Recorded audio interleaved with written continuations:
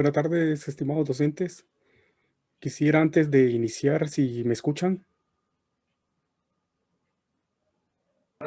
Sí, maestra, se le escucha bien. Gracias, maestra. Vamos a dar un proceso de retroalimentación propiamente del curso de mediación del aprendizaje en entornos virtuales. Recordemos que vamos por la tercera unidad de nuestro proceso de aprendizaje. En la primera unidad trabajamos lo que era mediación del aprendizaje. Únicamente mediación del aprendizaje propiamente en un entorno presencial. En la segunda unidad abordamos lo que era la mediación del aprendizaje en entornos virtuales. En esta tercera unidad estamos abordando lo que es didáctica como tal, didáctica como proceso. En la cuarta unidad abordaremos lo que es didáctica en un entorno virtual de aprendizaje. Estos son los componentes para un proceso de mediación como tal, tanto desde la presencialidad como desde el aspecto en línea o para hacer un proceso híbrido como tal. Por lo tanto, se dieron los dos aspectos. Recuérdense que la tendencia hoy en día es precisamente ir estructurando estos procesos de aprendizaje de forma híbrida, que cuando regresemos a una presencialidad propiamente dicha, podamos establecer también vínculos con una formación en línea o a distancia con nuestros estudiantes para darle más realce, más auge a nuestro proceso de formación como tal. Ya no verlo como un proceso aislado, sino integrador, integral como tal, para beneficio tanto del docente como del estudiante. Realmente no sabemos cuándo vamos a regresar a esa presencialidad. Por lo que vemos está lejos, pero hay que ir construyendo todos estos procesos. La sesión de aprendizaje de este día está alrededor de 40 minutos por los tiempos que tenemos en el programa Zoom. Eh, Voy a dar una breve explicación sobre mediación de aprendizaje desde otro autor, alrededor de 15 a 20 minutos. Luego cierro para plantear preguntas en torno a las diferentes temáticas que se han venido abordando en el curso. O si hay alguna duda o comentario respecto a las evidencias de aprendizaje que hemos venido trabajando. Voy a compartirles pantalla.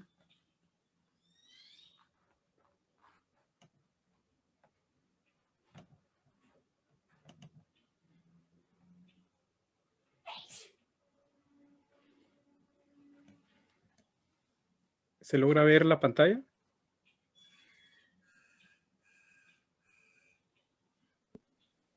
Sí, maestra. Sí, estamos. Gracias. Gracias, maestra Sumara. Tenemos entonces mediación del aprendizaje como tal. Cuando hablamos de mediación del aprendizaje ya hemos venido intercalando diferentes definiciones. En este caso abordamos la definición de Sergio Tobón. Él nos dice que consiste en acompañar, asesorar y apoyar a los estudiantes para que sean gestores de su aprendizaje con las estrategias necesarias para ello. Hoy en día ese proceso de gestores del aprendizaje es muy complejo. Cuando hablamos de gestores estamos hablando de que mi estudiante tiene que ser disciplinado, organizado, autodidacta. Empezamos esa palabrita, ese prefijo auto, como tal, viene a tener un gran peso hoy en día en estos procesos de formación, que lamentablemente no se están dando como se debe. Recordemos que hay infinidad de situaciones de nuestros estudiantes y un proceso puramente de aprendizaje en línea no es lo más ideal ni lo más factible en cuestiones de formación. Hay una combinación de nosotros incluso hemos recibido procesos de formación, tanto en maestrías, en posgrados, en pregrado también, pero va acompañado de otro proceso presencial. Hoy en día vemos que hay maestrías, hay especializaciones, diplomados totalmente en línea. Eso es una parte de los procesos de formación, pero vincularlo todo a un entorno virtual como tal no es lo más aconsejable ni desde el punto de vista didáctico, ni pedagógico, ni psicológico. Hay un montón de factores que establecen el por qué debe de haber una presencialidad en los entornos virtuales de aprendizaje. En una presentación que hice sobre precisamente mediación del aprendizaje, utilicé los criterios metodológicos de Miguel Ayerbe. Ustedes pueden buscar esta presentación en el SFPU, ahí está la conferencia. Él establece 24 principios o criterios metodológicos para desarrollar en clase. Algunos de ellos, de los más fuertes, habla de un principio grupal, un principio de compartir, un principio de establecer una relación entre pares con nuestros estudiantes, un principio motivacional, y todo esto se da desde la presencialidad. Les repito, no es lo más ideal lo que se está dando hoy en día, pero debemos de rescatar la otra parte de que hay posibilidades, hay otro tipo de soluciones que se han venido dando en torno a la situación que vivimos, y hay que rescatar lo mejor que tenemos de ello para ir desarrollando lo mejor que se puede en estos procesos de aprendizaje como tal. Entonces, partimos de esta definición. Cuando hablamos de la mediación del aprendizaje desde este enfoque, nos establece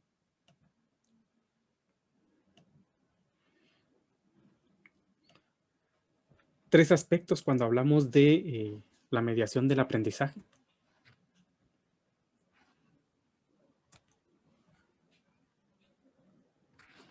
Hablamos de un primer aspecto que es el tratamiento temático. Cuando hablamos del tratamiento temático, aquí nos dice que los autores de los textos son un recurso pedagógico destinado a presentar la información accesible, clara y organizada en función del autoaprendizaje. Entonces, hablamos propiamente de esta fase.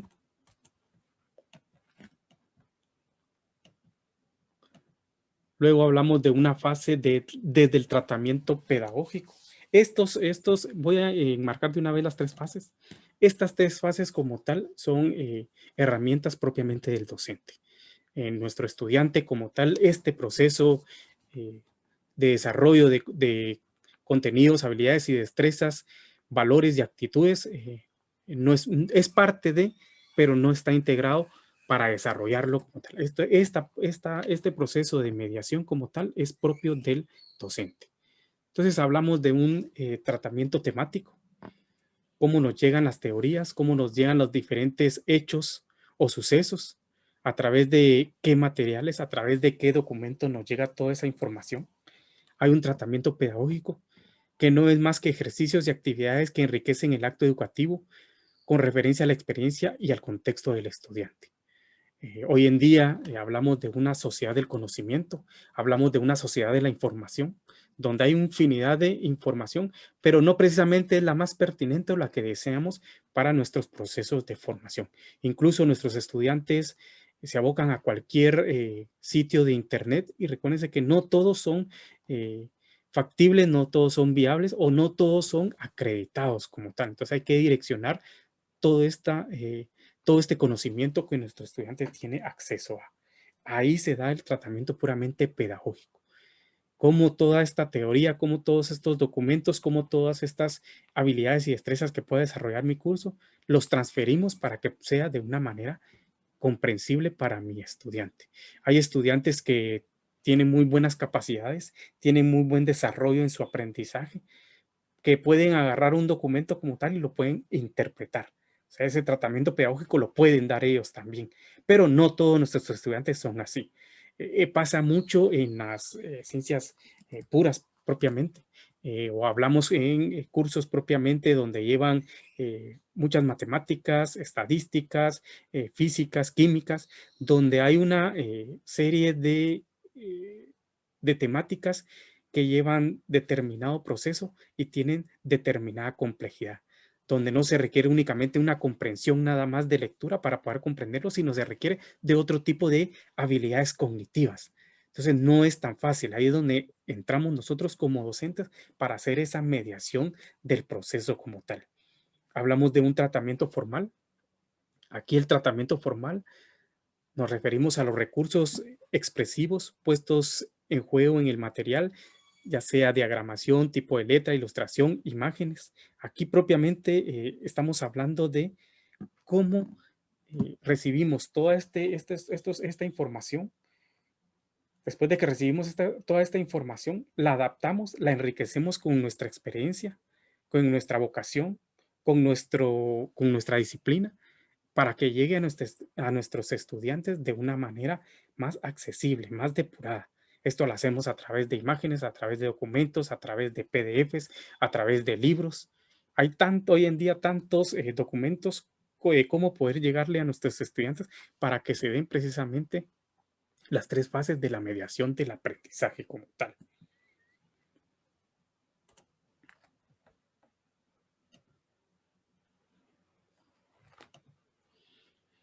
¿Dónde se intercala? Esto lo hemos venido trabajando en las diferentes temáticas. Propiamente la mediación del aprendizaje en el ciclo didáctico. Hacía mención de que nuestro ciclo didáctico, acto educativo como tal, tiene un inicio, un desarrollo, un cierre en un entorno o en un esquema tradicional. Hoy hablamos de una entrada, de un proceso y de un producto. ¿Por qué estos 2 nombres y a qué corresponde? Responde a los diferentes enfoques pedagógicos. Como no estamos desarrollando propiamente los diferentes enfoques pedagógicos, sino estamos dando a qué se refiere puramente el acto educativo, entonces no voy a ahondar en ellos. Solo quiero decirles de que no se descartan, sino se han ido enriqueciendo otro tipo de conceptos a raíz propiamente del aprendizaje como tal. Hablamos ya no de un desarrollo, sino hablamos de un proceso, porque a través de mi planificación como tal, pretendo activar a mis estudiantes para que ellos puedan asumir ese autoaprendizaje. Entonces ya no hablo solo de desarrollo, sino hablo de un proceso.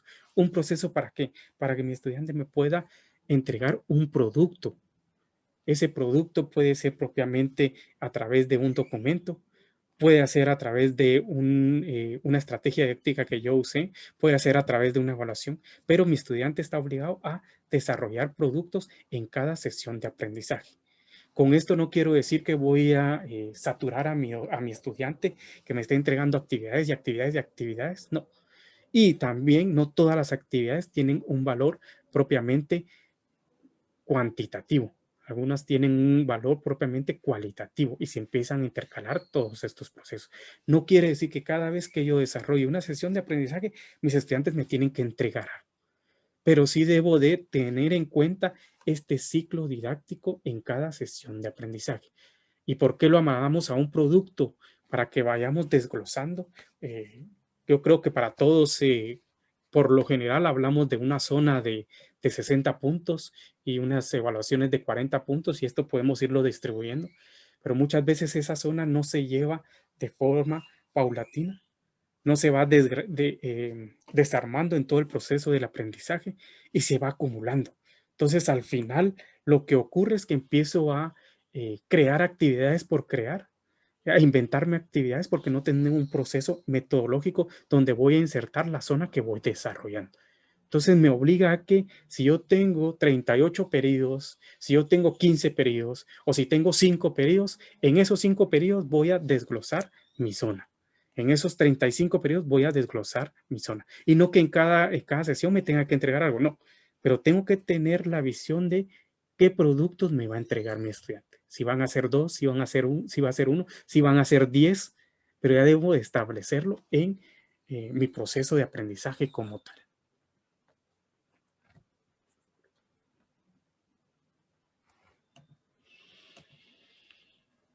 Hablamos dentro de estos procesos, hablamos propiamente de un autoaprendizaje, de un interaprendizaje, de una construcción del propio texto y de una evaluación y autoevaluación. ¿A qué se refieren estas fases así muy puntual?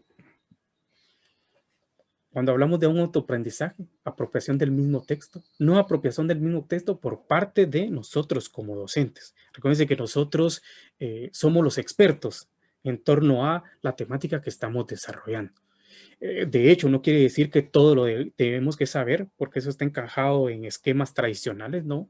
Hoy en día, incluso en entornos virtuales de aprendizaje, hay tantas temáticas, hay tantos documentos que los mismos estudiantes nos pueden compartir y ellos pueden ser nuestros guías también, nuestros orientadores, incluso nuestros educadores en algunas temáticas. Pero sí tenemos que tener en cuenta que a mi estudiante, ¿cuándo se da ese autoaprendizaje? Cuando él tiene dominio de la temática, de las habilidades o destrezas que estoy desarrollando en mi curso como tal. Si no hay ese dominio, no hay un autoaprendizaje como tal.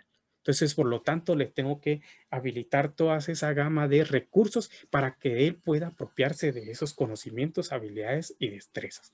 Debe haber una interpretación del aprendizaje, un interaprendizaje en relación al texto compartido, redes de interacción, producciones grupales. Aquí es la socialización del propio aprendizaje. Cuando mis estudiantes empiezan a socializar sus conocimientos es porque los han comprendido. Y recordemos que el trabajo grupal, incluso en entornos virtuales como tal, empieza a tener ese impacto en relación a cómo aprendo yo como estudiante. ¿Ya? Hay estudiantes que no necesitan agruparse, que individualmente pueden hacerlo muy bien. Esto responde a su estilo de aprendizaje, pero hay estudiantes que sí necesitan socializar y no es precisamente que requieran de juntarse con alguien para poder aprender, sino que así es como aprende él. Por lo tanto, tiene que vincularlo, tiene que socializarlo. Construir el propio texto. Esa construcción del propio texto es cuando él ya se va empoderando de la propia teoría, de los propios conocimientos, habilidades y destrezas. ¿Para qué? Para poder recrearlos. Si él no tiene ese dominio, no puede recrear sus conocimientos, habilidades y destrezas. Una evaluación y una autoevaluación, que no es más que la aplicación de saberes. Este es a través de evidencias grupales o individuales y propiamente hablamos de productos. Cuando hablo de productos son las famosas tareas que me tienen que entregar mis estudiantes. Esas pueden ser tareas de clase, pueden ser tareas a la mitad de mi curso o tareas al final de mi curso. A eso le llamamos hoy en día evidencia de aprendizaje. ¿En qué estriba cada una de las evidencias de aprendizaje o cómo se diferencian? En la complejidad y en la temporalidad de la misma evidencia. No es lo mismo que yo les pida un ensayo a mis estudiantes, a que les pida un cuestionario, a que les pida un texto paralelo, a que les pida un portafolio de evidencias. Cada una depende de un tiempo y una complejidad para el desarrollo de la misma. Entonces, ¿cuándo se da propiamente un autoaprendizaje? Cuando hay una apropiación del texto, cuando hay una relación texto y contexto. ¿A qué se refiere esta relación texto y contexto? Todo esto que estoy asimilando en un entorno de aprendizaje, una sesión de aprendizaje, ¿dónde lo vinculo? Ahí esto se da más en cursos mal llamados teóricos. No hay cursos teóricos, déjenme decirles, sino que nosotros como docentes los vamos haciendo más teóricos. Pero hay cursos que son más prácticos, que se pueden llevar a una práctica más inmediata, pero la tarea, la mediación de nosotros consiste en combinar esta parte, tanto la teoría con la práctica, para que se dé una praxis como tal. ¿Qué es praxis? Praxis no es más que la suma de la teoría más la práctica agregado a una reflexión del proceso como tal. Ahí se da una praxis. Hay disciplinas como tal que vinculan muy bien esta relación, esta praxis como tal. Hablamos de odontología, hablamos de ingeniería, hablamos de arquitectura, de medicina. La pregunta es, ¿y las otras ciencias y las otras disciplinas como tal? Hablamos de derecho, ciencias de la comunicación, y empezamos a ver todas las otras y todas tienen que encajar en este mismo proceso. Hablamos de una aplicabilidad por parte del estudiante con actividades mediadas por el docente. ¿Ya? ¿Cómo lo llevo a esa práctica? Va a ser a través de mis estrategias didácticas que pueda utilizar en torno al aprendizaje que estamos desarrollando. Entonces, cuando se da una integración de texto y contexto, ahí hablamos claramente, texto nos dice el autor, son los signos que vamos a interpretar, enunciados o conjuntos coherentes de enunciados orales o escritos. Aquí pueden ser teorías, hechos, fundamentos y el contexto, nuestro entorno físico o de situación político, histórico, cultural o de cualquier otra índole en el que se considera un hecho. Esto que dicen las teorías, los libros, ¿a dónde lo voy a vincular? Porque resulta que puedo estar hablando de una teoría, de un conocimiento propiamente de Europa, pero lo puedo vincular muy bien a mi entorno Guatemala como tal, y empiezo a hacer esa combinación. Ahí empiezan a darse procesos de mediación del aprendizaje.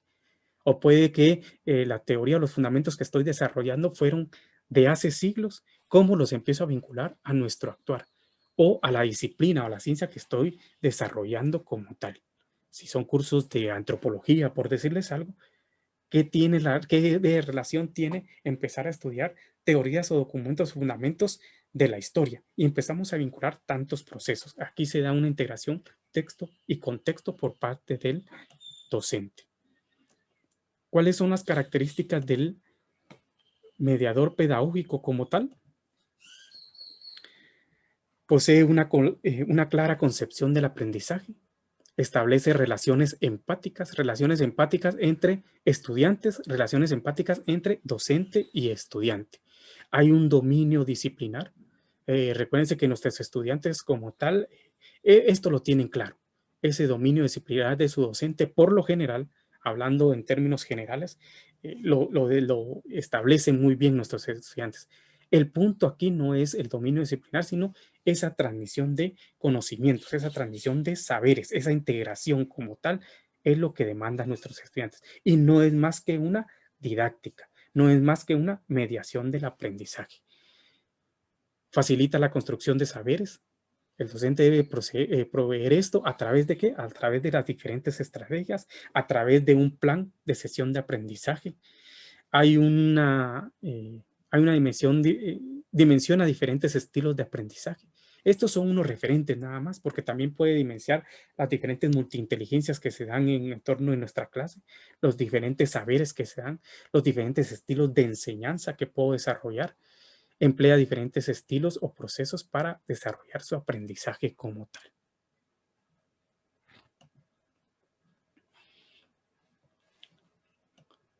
El autor nos presenta una definición que no es más que el juego pedagógico, donde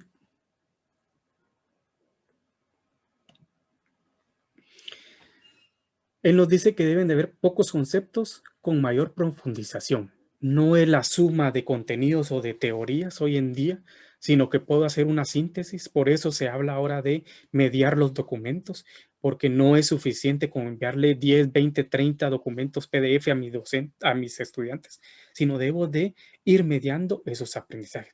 Tampoco es una guía para evaluación o un cuestionario que yo les voy a dar de determinados documentos. Claro, el cuestionario es válido, la guía es válida, pero no es eso a lo que se refiere, sino cómo voy a mediar toda esa gama de conocimientos que pertenecen a mi curso como tal. Puesta de experiencias, la integración de experiencias es vital. Recuérdense que esto es nuestro impacto como formadores, como docentes, darle ese toque a nuestro curso como tal a través de las diferentes experiencias. Ahí empezamos a construir el texto. Compartir, no invadir, propiamente en relación a las posturas de nuestros estudiantes.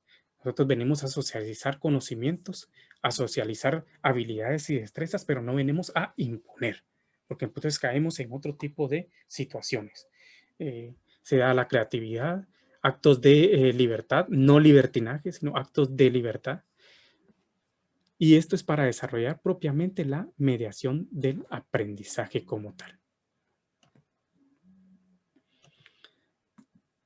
Las referencias propiamente establecidas, ahí aparecen los autores de donde fueron tomados estas teorías. Voy a cerrar mi pantalla y voy a dar espacio a algunas preguntas si es que hay en torno a la temática o al curso así en general.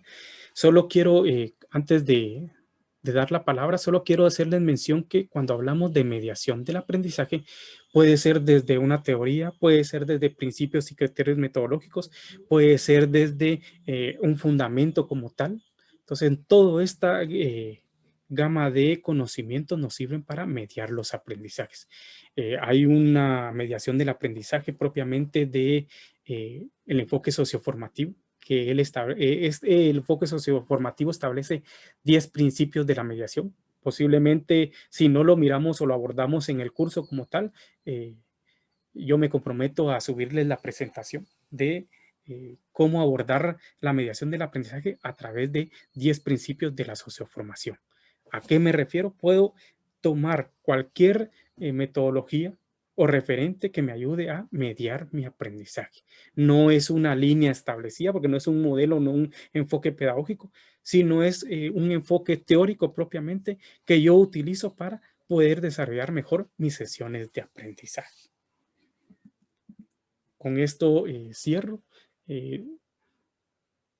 Doy el espacio para preguntas, comentarios que puedan surgir, ya sea en torno a la temática que acabamos de trabajar o al curso en general.